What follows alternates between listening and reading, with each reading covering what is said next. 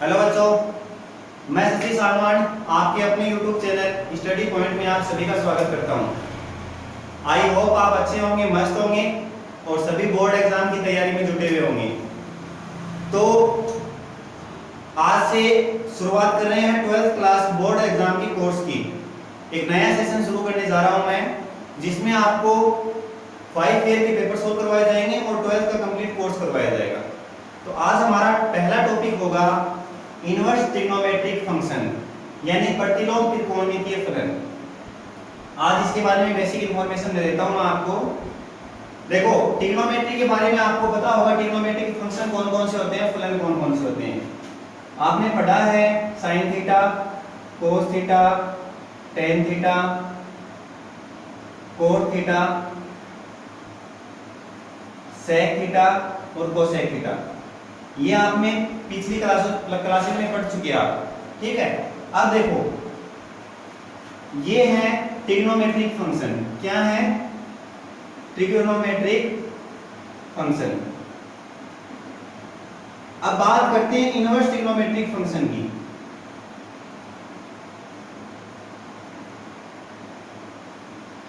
देखो, मान लो आपके पास sin x equal to y दे दिया। जो x है वो थीटा है, एंगल कुछ भी हो सकता है। अब x इक्वल टू अगर यहां करेंगे तो ये जो साइन है ये उधर जाएगा, तो ये जब साइन इक्वल टू के उस साइड में जाएगा तो ये इनवर्स हो जाएगा। क्या हो जाएगा? साइन इनवर्स y थीटा के रूप में आ जाएगा। ऐसे ही अगर मैं बोलूं tan इनवर्स x, तो आप क्या लिखोगे? tan inverse x equal to y दे दिया तो क्या आ जाएगा?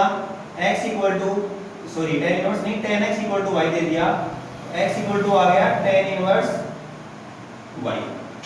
समझ गए? तो इनवर्स ट्रिग्नोमेट्रिक फंक्शन कौन कौन से हो जाएंगे? जैसे sin इनवर्स x या फिर थीटा कुछ भी लिख लो, cos इनवर्स थीटा,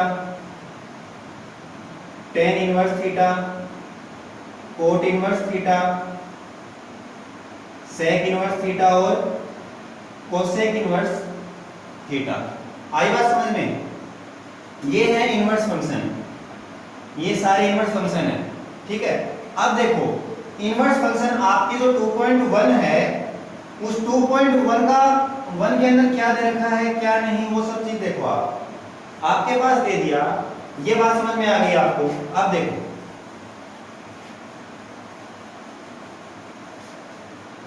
अब इसके अंदर जैसे मान लो आपके पास दे रखा है कि sine inverse x equal to sine x equal to 1/2, ठीक है। तो x इक्वल टू क्या आ जाएगा आपके पास? साइन इनवर्स 1/2 आएगा या नहीं आएगा?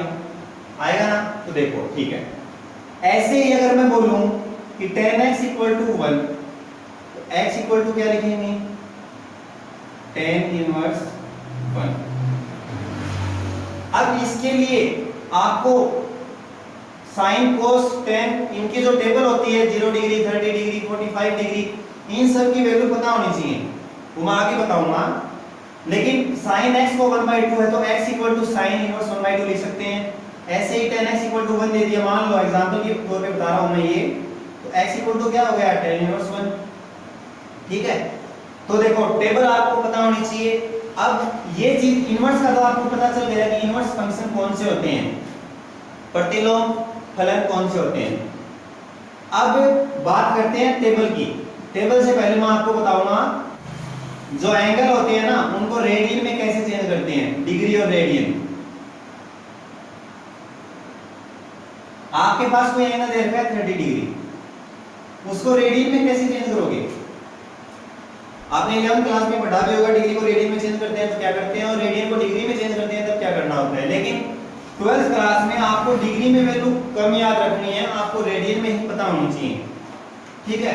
तो जब डिग्री को रेडियन में चेंज करेंगे तो पाई अपॉन 180 से मल्टीप्लाई करेंगे। जितना डिग्री हमें दे रखा है उसको पाई अपॉन 180 से मल्टीप्लाई कर देंगे, यानी 30 डिग्री को पाई अपॉन 180 से मल्टीप्लाई करेंगे तो क्या आएगा? 3 6 18, कितना आ गया? पाई/6। यानी कि 30 डिग्री को रेडियन में क्या लिखेंगे? पाई/6 लिखेंगे। ऐसे ही हमारे पास जो टेबल होती है देखो उसमें 0 डिग्री है, तो 0 डिग्री को तो रेडियन में हो चाहे डिग्री में हो 0 ही रहेगा। फिर आता है 30 डिग्री, 30 डिग्री को रेडियन में क्या लिखेंगे π/6। 45 डिग्री को रेडियन में π/4। देखो 45 को π/180 से मल्टीप्लाई करेंगे तो क्या आएगा 9 4 जा 36, π/4 आ गया। ऐसे ही 60 डिग्री को π/3 लिखेंगे, 90 डिग्री को π/2 लिखेंगे, 180 डिग्री को पाई लिखेंगे। पाई की वैल्यू 180 डिग्री होती है डिग्री में, वैसे पाई की वैल्यू 22/7 होती है, लेकिन यहाँ डिग्री की बात चल रही है तो डिग्री में 180 होती है। उसके बाद अब देखो 180 का डबल कितना होता है 360, तो 360 यानी पाई का भी डबल करना पड़ेगा, तो 360 को क्या लिखेंगे 2 पाई।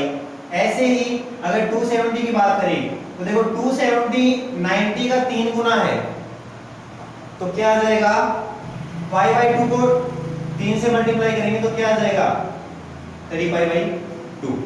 ये सभी एंगल हैं, आपको रेडियन में मान इनकी वैल्यू रेडियन में पता होनी चाहिए कि वो कैसे क्या बोलते हैं।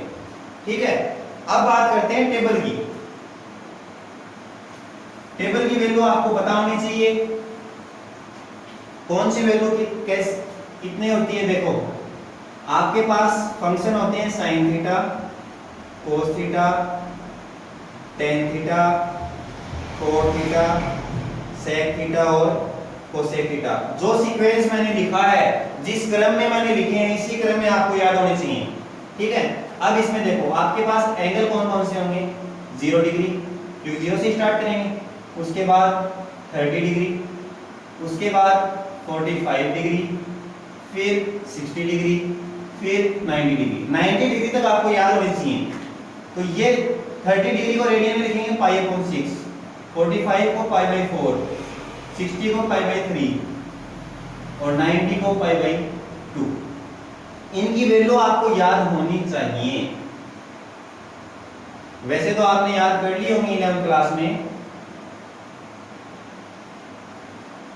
देखो साइन थीटा, वैसे तो याद करने का तरीका क्या है, एक बार आप नॉर्मली देख लीजिए। आप देखो 0 1 2 3 4 हमने लिख दिया, 0 से लेके 4 तक नंबरिंग कर दी। अब इसमें 4 का डिवाइड कर दो, हमने 4 का डिवाइड भी कर दिया, और इनके सभी के रूट लगा दो।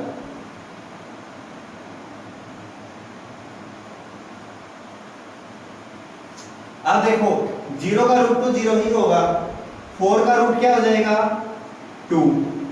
ये 0/2, 0 में किसी भी वैल्यू का डिवाइड करेंगे तो क्या आएगा 0 ही आएगा, यानी इसकी वैल्यू कितनी हो गई 0।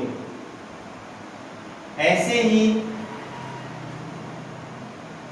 1 का रूट तो 1 होगा और 4 का रूट 2, यानी साइन 30 डिग्री की वैल्यू 1/2। रूट 2 सेम आएगा अपॉन में 2। अब देखो रूट 2 को जब 2 से कैंसिल आउट करोगे ना, तो यहाँ क्या आ जाएगा अपॉन में रूट 2 आ जाएगा, तो ये क्या बन जाएगा 1/√2। इसको आप 1/√2 लिख दोगे।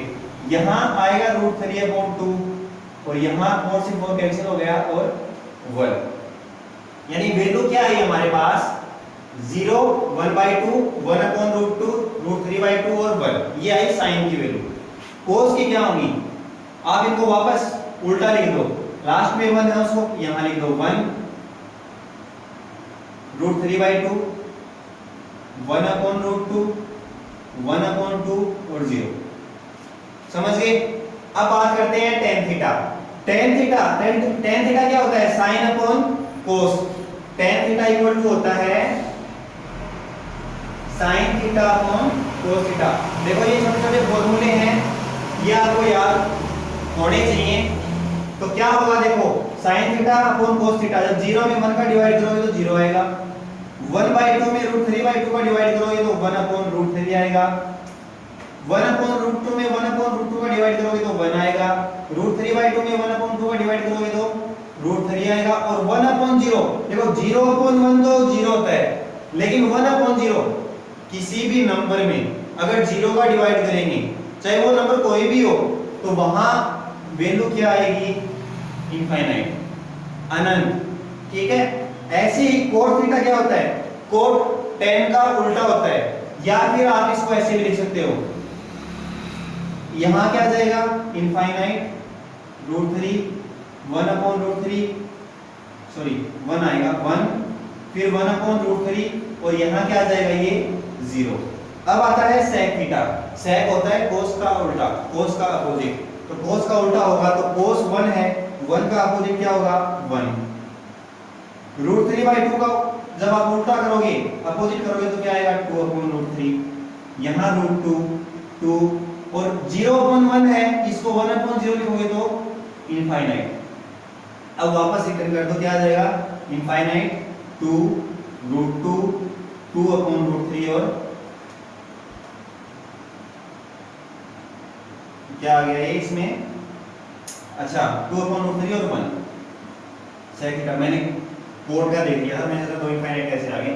अब ये sec थीटा क्या आ जाएगा, 1 आ जाएगा। ये टेबल है, ये आपको याद होनी चाहिए, ठीक है। ट्रिग्नोमेट्री बेसिक टेबल है, ये वैल्यू पता होनी चाहिए। ये वैल्यू 2.1 के लिए मोस्ट इंपोर्टेंट है, ये सभी वैल्यू आपको पता होनी चाहिए, ठीक है। अब देखो, इसका अगर स्क्रीनशॉट लेना चाहते हो तो आप स्क्रीनशॉट ले सकते हो टेबल का। अब बात करते हैं, मैं आपको नॉर्मली बेसिक फॉर्मूले बता देता हूं थोड़े से, क्या होंगे देखो, थोड़ी ट्रिक बता देता हूं, आपको याद हो जाएगा। मैं आपके सामने एक छोटा सा डायग्राम बना रहा हूं।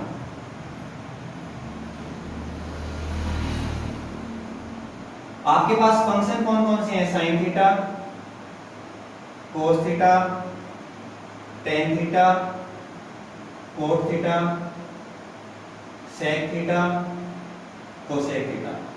मैंने आपके सामने 6 फंक्शन लिख दिए, 6 फलन लिख दिए। मैंने बताया ये इसी सीक्वेंस में याद होना चाहिए, sine cos tan cot sec और cosec, sine cos tan cot sec cosec.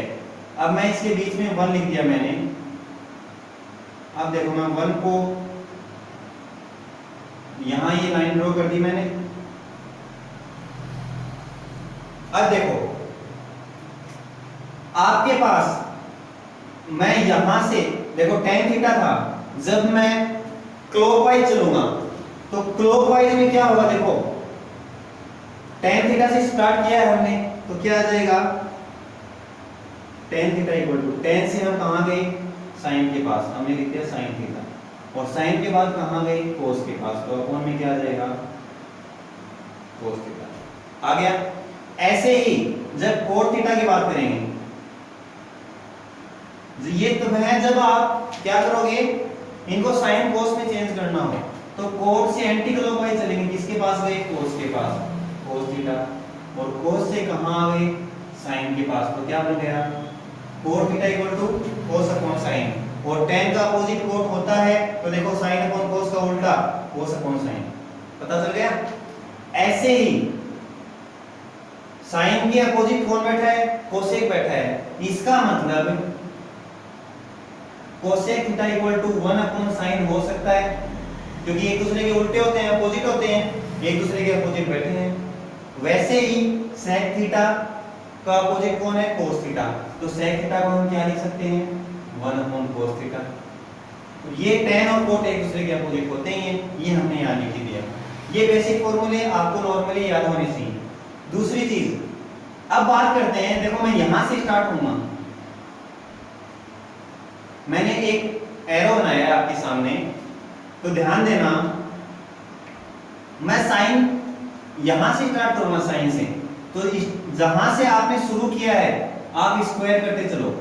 मैंने साइन की स्क्वायर कर दी, साइन स्क्वायर थीटा, फिर मैं साइन से किसके पास चला गया, कोस के पास चला गया था, मतलब कोस मेरे साथ में आ गया, तो यहां क्या आ गया, कोस स्क्वायर थीटा। मैंने, हम दोनों साथ हो गए और दोनों मिलके कहां पहुंच गए, 1 के पास, और 1 की स्क्वायर, और 1 की स्क्वायर 1 ही होती है, इसलिए इसको क्या लिखेंगे, 1 ही लिखेंगे। ये फॉर्मूला होता है sin square theta plus cos square theta equal to 1। अब फिर से मैं यहां से शुरू करूंगा और ऐसे, अब देखो 1 से शुरू करूंगा तो 1 की स्क्वायर तो 1 ही होती है, प्लस साथ में मैंने ले लिया कोट को, तो क्या आ जाएगा, कोट स्क्वायर थीटा, और इक्वल टू दोनों कहां पहुंच गए, कोसेक के पास, तो क्या बन गया कोसेक स्क्वायर थीटा। और ऐसे ही same tan square theta plus 1 की स्क्वायर 1 होगी इक्वल टू दोनों सेक के पास पहुंचे, यानी क्या बन गया सेक स्क्वायर थीटा। ये तीन फॉर्मूले हैं, ट्रिग्नोमेट्री के बेसिक फॉर्मूले हैं, आपको पता होना चाहिए। ये है आपकी ट्रिग्नोमेट्री के फॉर्मूले, ट्रिग्नोमेट्री की टेबल आपको मैंने बता दी। अब 2.1 में क्वेश्चन कैसे आते हैं, कैसे सोल्व करने हैं, वो सब मैं आपको आगे बताऊंगा। ट्रिग्नोमेट्री के फॉर्मूले आपको याद होने चाहिए। ये एक्सरसाइज आपके एग्जाम में 5 या 6 नंबर की आएगी। अभी कुछ डिसाइड नहीं हुआ है, लेकिन चांसेस ऐसे हैं कि 5 या 6 नंबर, 5 या 6 नंबर की आएगी आपकी एक्सरसाइज। इस एक्सरसाइज अगर ये आपको समझ में आ गई तो आपको डिफरेंशिएशन समझ में आएगी। आपकी डिफरेंशिएशन है, उसके अगर डिफरेंशिएशन आएगी तो ही आपको इंटीग्रेशन आएगी। मतलब इस एक एक्सरसाइज से आपके 30 से 35 नंबर जुड़े हुए हैं। ये अच्छे से समझ में आ गई तो 30 नंबर आपके कंफर्म हो गई है मान लो। अब फॉर्मूले आपको याद करने पड़ेंगे। अगर आपको ये है कि भाई फॉर्मूले हमें वैसे तो बुक में हैं, फॉर्मूले दे रखे हैं, पर अगर आप चाहते हो कि फॉर्मूलों की अलग से वीडियो बनाई जाए तो आप कमेंट बॉक्स में मुझे कमेंट करके बता देना कि सर हमें एक फॉर्मूलों की वीडियो भी चाहिए। मैं आपको फॉर्मूले लिखवा दूंगा, कोई दिक्कत नहीं है, ठीक है। तो ये था ट्रिग्नोमेट्री के बारे में। अब अगर आपका कोई भी डाउट हो, कुछ भी समझ में नहीं आया हो, कोई बात समझ में नहीं आई हो, तो वो आप कमेंट बॉक्स में कमेंट कर सकते हो, कोई दिक्कत नहीं है। नेक्स्ट क्लास में आपको उसका सॉल्यूशन हो जाएगा, ठीक है। और बाकी आज हम इतना ही करेंगे। नेक्स्ट क्लास में हम 2.1 स्टार्ट करेंगे। तो ये बेसिक चीजें हैं, मैंने आपको बता दी, आपको पता होनी चाहिए, आप पढ़ोगे। कल इसका 2.1 स्टार्ट कर देंगे। कोई डाउट होगा तो वो आप कमेंट कर देना, कोई दिक्कत नहीं है। वीडियो अच्छी लगी हो तो लाइक कर देना और चैनल को सब्सक्राइब कर देना। हाँ, बेल आइकन जरूर दबा देना, क्योंकि जब भी नई वीडियो आएगी तो अपडेट आपको नोटिफिकेशन के जरिए मिल जाएगा, ठीक है। Thank you.